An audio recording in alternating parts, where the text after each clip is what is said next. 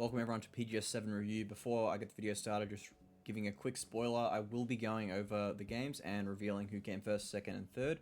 So just a big spoiler warning before we get into the video. Alright, now that I've given the spoiler warning, I will be focusing on only the teams that came first, second, and third. We're going to be tracking how many points they got each game and the decisions they had to make. So we're going to be focusing on Falcons, 17, and DNF, and discussing what they do each zone. Looking at Phase 1, Falcons setting up on the north side, they are not able to get any deeper due to the Hacienda team taking in front of them. So as you can see, Hacienda has this split, and we also have a team on the rock, so it's very difficult for Falcons to get further to center. 17, great zone for them. They have a split on the good compounds in the dead center.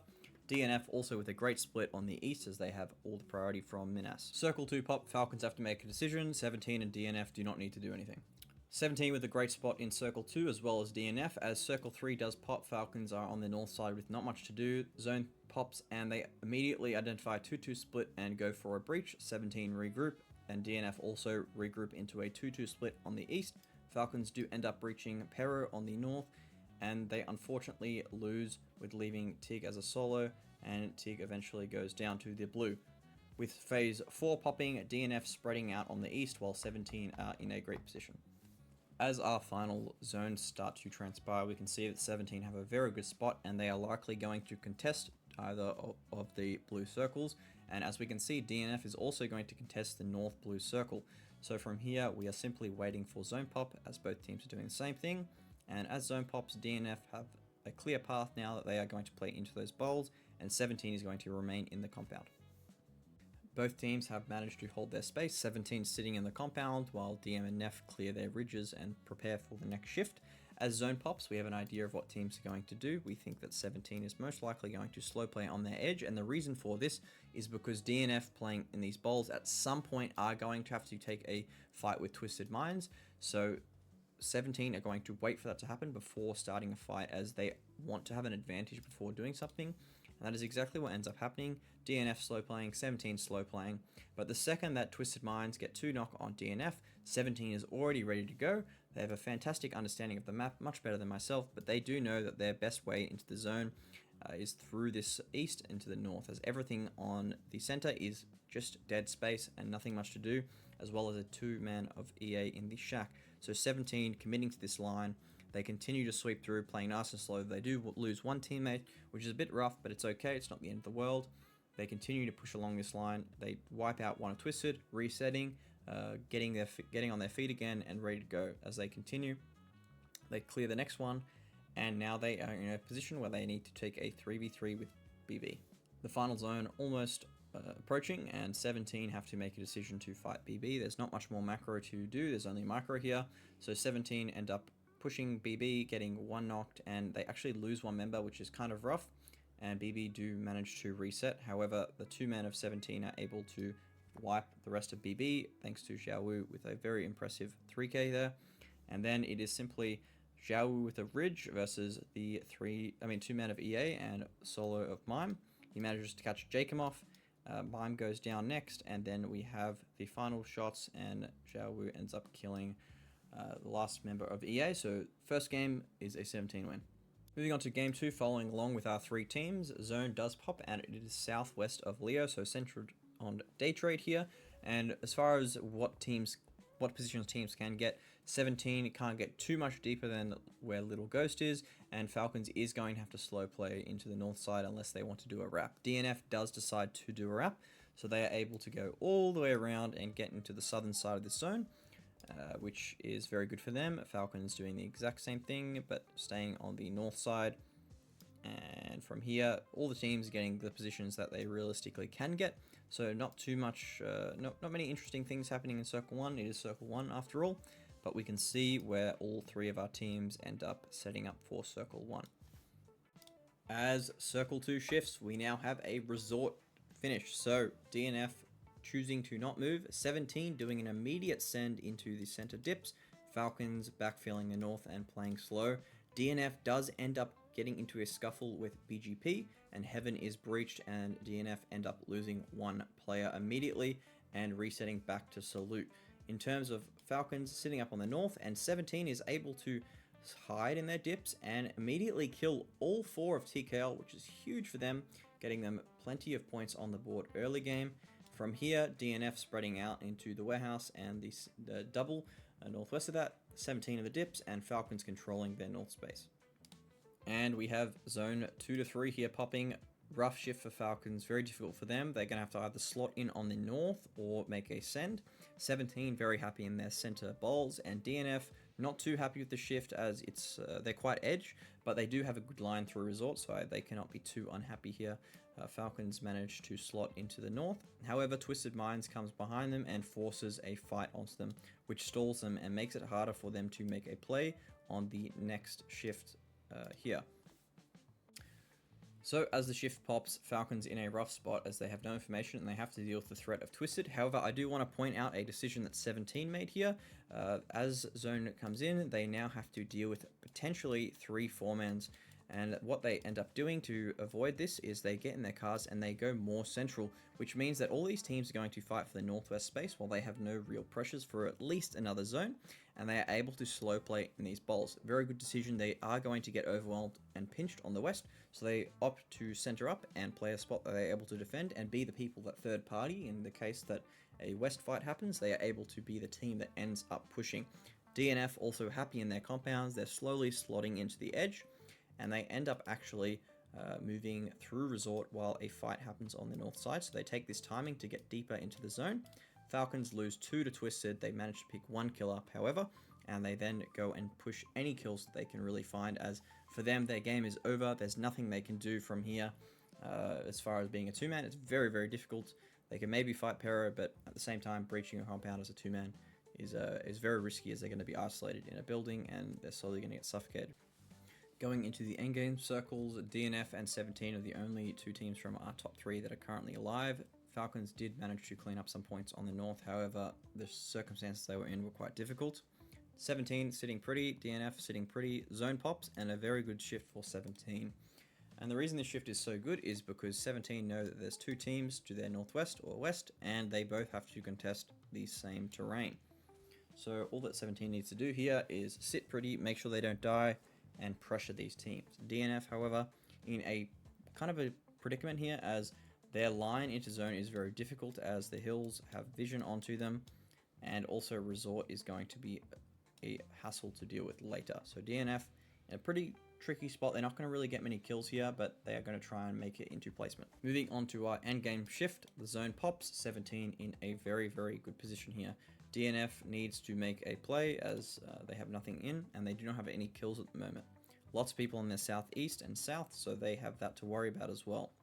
As zone slowly pops, and I mean not pops, it starts to enclose, DNF set up onto the east side of resort here, playing very quietly, very patiently, as they do not want to bring any attention to themselves. Zone does pop, and from here, DNF are in a very difficult position. The only thing they can do is try and kill people directly around them. There's no sends, there's no plays. The only thing they can really do is either fight the resort team or wrap underneath and fight this building, which is going to be hard either way. 17 have a straightforward game plan here. They need to kill their northwest here, and then they prepare for the end game. Now we move on to some micro. So 17 doing a very good decision here. They're sending 3 on the northwest side of the zone, and the idea is they want to herd this team day trade into the southern side of the zone, as it will give them a good way to crossfire and pinch them with Bestia. So DNF managed to get a 2k onto the last 2 men of Forest coming out of resort, and after that they've basically given up their position and they're sitting ducks essentially. 17 managed to pressure day trade a little bit here, taking 1 knock, but ultimately pushing day trade into a spot where they no longer can wrap on the north easily and they have to push south. So 17, very good defensive setup here, and they simply hold their spot. They lose 1, but they have cleared all their threats and they now have to play slowly and reset. From here, BB in the driver's seat as they have all of the space, and TE doesn't really have much to go in. So from here, 17 playing nice and slow. They still have their shack in. Xiao Wu holding their north, making sure no one runs in and wraps their edge. And he does end up getting knocked, but revives, so it's not the end of the world. From here, circle 9 pops, 17 opting to clear solo, and they are now in a position where both teams do not have to make any decisions, and they are simply watching 17 here. So 17 able to slow play and survive, while DNF get into a not DNF, T get into a fight. BB manages to wipe TE first, and 17 ratting and end up coming in second place. As you can see with the point tally, 17 is starting to get a lead. However, circle 1 for Tego is a home circle for DNF, so a aggressive, it's not really aggressive, it's just a very good 2-2 split setup for them. And unfortunately, 17 do end up losing one player as Furia silence in behind them and manages to take them out. So 17 going into this Tego game as 3, and in competitive, losing one player early really does hinder your chances. Falcons are looting up nice and long on the east side. They have Kick in a glider, I'm pretty sure, at least that's what it looks like based on his movement and the fact that he is just flying around like that. So able to get all the information, and this is the benefit of gliders. Falcons are actually able to get very, very deep into this circle 1, which gives them better odds onto getting into good position on circle 2. So DNF set up on the center, 17 on the south, and Falcons on the central east side of the zone. We have circle 2 on our Tego game almost closing, 17 pre-driving as a 3-man. They are ready to ascend. Falcons spread out on the east with Kick flying and DNF with their split. Zone does pop, DNF very happy here. Kick flies around, sees all these people spread out, so tells Hwin, and I'm assuming Hwin makes a call to avoid that and start wrapping south. Kick does, however, get more information on Pero's 4-man rotating, so Falcons forced to slow down here again on the east edge, making it very difficult for them to get more central as they have to wait for Pero to rotate past them. 17 in the city, DNF with their split still, and that is all that happens in the phase 2. Moving on to circle 3, a brutal hardship for Falcons. Luckily, they do not lose anyone to Gazera ratting, but DNF fed as well, regrouping on their compound. 17 just flexing around the city, trying to pick up as many points as they can, as their only real play here is to play through the city. So Falcons end up opting to wrap all the way south, 17 extending out east, extending out south. Once fights start happening, they start spreading back out to the east. As you can see, Falcons trying to find a foothold into the zone. They see Forest with their spread. They probably only see 2 of them, but it's very difficult to wrap, especially when you have information that there's 2 people shooting at you, or at least cars driving. So Falcons take this opportunity to take the southwest side of Godok, and from here they can play through the city, and that is now their game plan. DNF with a 3-1 split, 3 at the rocks over on the west, and 1 person holding the compound. They need to be careful of T5, but for now they do not have to do anything. Zone pops, and 17 and Falcons both out of the zone here. Falcons have an idea of what they want to do. They want to play through the city and set up an isolated fight on the southern side of the zone. 17 actually ends up losing one of their players. Xiaobei dies to Aches left. The other 2 clean him up. But from here, difficult game for 17 as they have to play into the city and as a 2-man. So it's going to be very difficult for them to get any kills here unless they have an opportunity in front of them that presents itself. Falcons ends up preparing for their isolated fight, which does in fact give an opportunity to 17 crossing the road and ending up sending Little Ghost across into the ridges underneath TKL. Falcons lose 2, maybe even 3 here, I'm pretty sure it was 3, and give 17 that opening that they needed. DNF holding out the city quite aggressively. They have all of the east space, and honestly, they're in the dominant position of this game as they simply clear out all the kills around them and slot themselves into zone. 17 outliving Falcons here, and DNF with full control.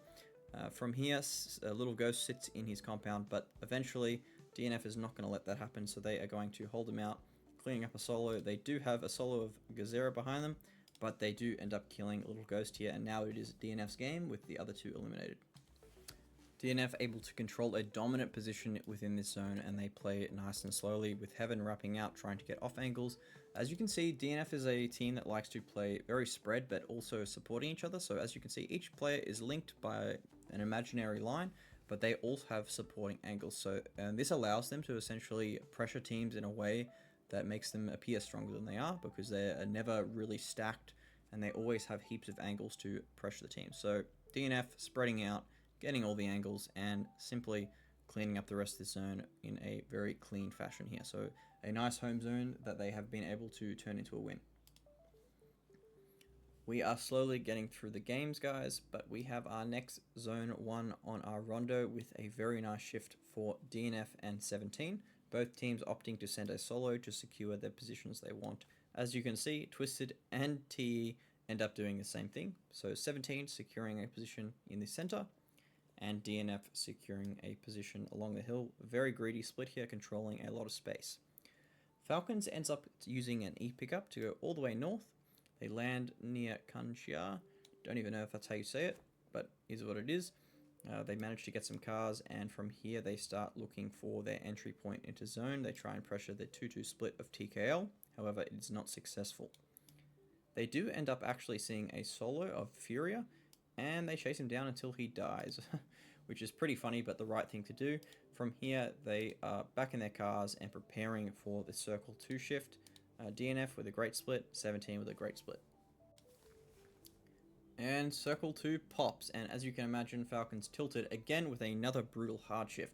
17 and DNF still in the zone, but they don't really have that great of positions, purely because they are unable to get any deeper because of these hills and the road within, making it very difficult for both these teams to get further south. So they are both going to sit pretty and set up on their edge. As you can see, DNF set up on the northwest edge and 17 do not rotate. We have Falcons doing a big wrap all the way to the south to try and get into zone, and they do manage to find an entry point on the southwest of the zone. We have phase 3 popping now, another hard shift for Falcons and also DNF here, so both these two teams need to make a decision.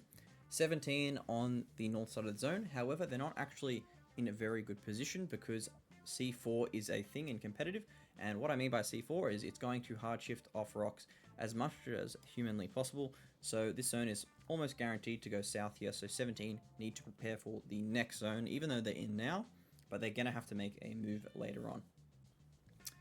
Falcons and DNF forced to make a decision here. Falcons end up wrapping south of Neox Factory, and DNF spot them doing this, so they have to change their plan, as I believe this is exactly what DNF wanted to do. So they check Northside Test Track and end up losing Heaven here. Falcons able to catch a Khan off guard with their slow play in, kickstart staying in the blue to make sure he keeps angles for his team. BGP lose one, a Khan going down, and as you can see, DNF also wrapping south side of Factory here. Luckily, Falcons are able to spot them out and pretty much take them out very, very quickly here. Zone does pop, which means that 17 Gaming up on the north needs to make a decision, and they opt to wrap to the east. Day trade regrouping on the central compound, and Falcons do just miss out on that information, so they do not backfill this compound, and BGP is actually able to take it in front of them. 17 wrapping all the way east, and they set up a isolated fight onto T5, in which they are able to win very cleanly with a 4-0. 17 on the east side of the zone and Falcons on the south. Zone does pop, 17 out of zone, Falcons also out of zone. Falcons decide to make the first move and breach the 3-man of BGP. They have managed to kill all 3 of the players, however they do lose 2 in the process. During this fight, 17 has gone into zone and set up, and they are simply going to sit here now and hold Falcons on the south and wait for them to die, which is exactly what happens. Falcons have to move into zone, and 17 simply waits for them. H-Win tries to heal in the blue, however he goes down with 17 in the zone, and Falcons going out in 7th. 17 on the east side of the zone, 4-man strong, however Little Ghost does get knocked and flushed here, making 17 a 3-man. Day trade with a very aggressive spot, as Thanadol can see a lot of these angles, making it difficult for 17 to really push south at all, which means they are forced to go north. From here, they get a pick onto TE, and that gives them the opening to push the compound. So after they get the pick, they begin their push onto the single, and they actually are able to wipe all of TE with the help of Day Trade. From here, they are 2 knocked, and as you can expect, Day Trade and Twisted come over and clean them up. We have our first phase of a wrangle, which is a pretty good zone for Falcons, a very good zone, maybe not very good, a good zone for DNF, and a decent zone for 17 here. So Falcons opting to play into Yasnaya, DNF getting as far as they can, and holding a nice split here, 17 coming behind them. All 3 teams here now are simply waiting for C2 shift, and that is all that happens in Circle 1. Circle 2 about to pop. Falcons 4-man on an E pickup already, and they immediately drop off the E pickup as the zone shifts back down south. DNF slotting into the northwest side of this zone, as well as 17 wrapping into the west side of Yasnaya and slow playing from here. So DNF holding a split on the west with 17 also on the yellows, and Falcons controlling a huge portion of the east side of Yasnaya. Phase 3 about to shift all of 17 in their cars, ready for a pre-send, and they do opt to pre-send to the dips northeast of Yasnaya here. DNF opting not to move and to play their west edge, as well as Falcons leaving their police building on the south and securing themselves on the northeast side of Yasnaya into the apartments. All three teams sitting pretty, waiting for zone to pop, and all have their game plan set. Zone about to pop, and would you guess we have a hard shift away from Falcons and also a shift away from DNF. 17 are barely in here, but they do not have much to play. So Falcons actually end up taking an E pickup all the way to the east side of the zone, and they manage to kill 2 of Pero here while losing no one. So this is really, really good for Falcons as they're able to reset now and go and clean up the rest of Pero. For DNF, they have to slow play into the northwest side of this zone, but BB do have the high ground above them, making it very difficult for DNF to survive. 17 are lost 1 in the field to EA, but they are also in a position now where they have to do something, and it's going to be extremely difficult for DNF or 17 to get any points this game. So as you can see in the zone, they both go out in 8th and 9th respectively, and Falcons are able to take this timing to wipe all of Pero. Falcons last team alive from our trio, and zone pops, and this is a very difficult zone for them purely because we have Begopar with a huge spread on the south side, and it's going to make it difficult for Falcons to really get anything done, so they're going to have to slow play on their east edge here and wait for this position to be out, which is exactly what Falcons end up doing because they are a very, very smart team, of course. And unfortunately, they do end up losing 1 player here. We have Kickstart going down, and from here they need to reset and slow play on their east. They manage to clean up a kill on Forest here, but from here it's a very difficult position as Begopar is able to slowly pinch them here. Somehow, because Falcons are just very, very good at the game, they manage to slow play enough where Begopar gets impatient, T gets knocked, but Falcons are able to trade him and flush the kill immediately. So their anchor Akan is all the way on the west side of zone, and Falcons is able to utilize this timing to get the res back, and they slowly play their edge again and play into the zone. So as you can see, Falcons really slowing down their game and trying to abuse Begopar and capitalize on the mistakes that this team does end up making. At this point, Falcons gets a knock onto T5, and their game plan is set regardless of zone. Zone does pop, and the second they see a Khan on the south get knocked, it's game plan to go. They push BGP pretty much immediately, wipe them, and they have full space of the zone. We do have a 4-man of T5 and a solo of Gazera. So Gazera does end up getting a knock on T5 for us, but unfortunately that does not matter. Hwin goes for a play. Some people think it was bad, but I think that Hwin had an idea that if he was able to get his car into somewhere onto the south side of this hill, it was going to be very difficult for T5 to push them. But because Hwin gets knocked, it makes it very difficult as Flucky is able to wrap all the way around and pincer Shrimsy and Tig as they are both set up in the same position. And unfortunately they come second. But keep in mind, guys, a very, very difficult game for Falcons. They're able to secure second place. We have made it to our last game, and in classic fashion, game 6 is a military zone. So DNF, 17, and Falcons going to have a difficult time getting onto the main island. 17 end up slow playing, DNF looting for as long as they can, as well as Falcons. So all three of these teams in a position where they can't really cross that easily. Falcons do end up taking a timing, even though BB is 2-man in crossroads. They are able to utilize the east side of the bridge, and there's a way you can get down the east side. So Falcons doing that very well. 17 playing slow, and DNF also playing slow for C2 shift. C2 pops, and we have 17 opt to take an E pickup, DNF opt to take a boat. We have Falcons on the east side of the zone, but it's very difficult for them to get anything really better because a doozy is sitting up on radio, and they have no way of really knowing if that's a solo, so it is a big risk for them to do anything. So they end up setting up on the south side of the zone and getting into a fight with T5. They do lose one member, but get some kills. DNF sliding into the north side of the zone, going into this grandma, as well as 17 dropping into the central forest here. All three teams here now slow down and prepare for the next shift. However, 17 does get into a fight with Bestia at the last moment, and they lose one of their players and have to reset and force back into the forest. DNF as well with a big split on the north, and Falcons controlling the south. Zone about to pop, and it does. Falcons completely screwed once again from another hard shift. 17 in a small fight with Bestia, but they do manage to get the res, and DNF begins their push into this compound, securing their anchor spot into the next zone. So DNF getting into the compound.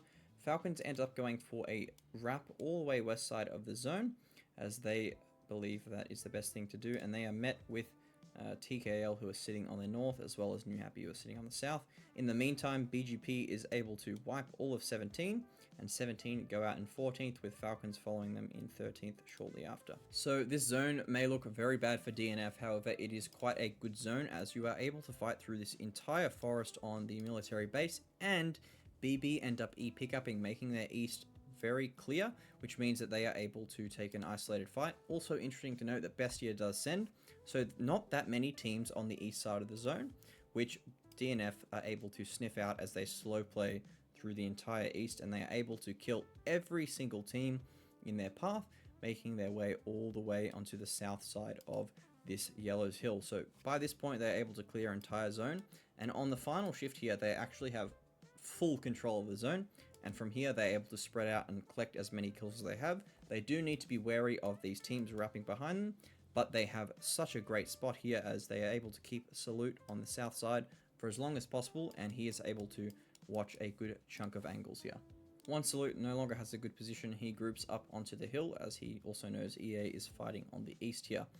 DNF, again, a team that likes to play very spread across as solos, managing to control a lot of angles here. They're playing nice and slowly, making sure they're not overstepping at all, and as you can see, they are quite spread, so they control a dominant portion of the angles of this zone. As zone progresses, DNF spread out east as 3, and then back west as Heaven calls over a potential threat. They are able to kill all of TKL, and from here they slow down and prepare for a 4v4 with EA, wrapping all the way to the west while we keep Guman on the south side. They are able to suffocate EA with their ankles and close out with a big win. And that is all for today. As we can see, Falcons had a lot of rough zones today, so getting 33 points is actually a pretty good effort from them. 17 on DNF, clearly shining up from the rest of the pack with 59 and 57 apiece. So both teams doing really well, and we're going to see what happens in day 2.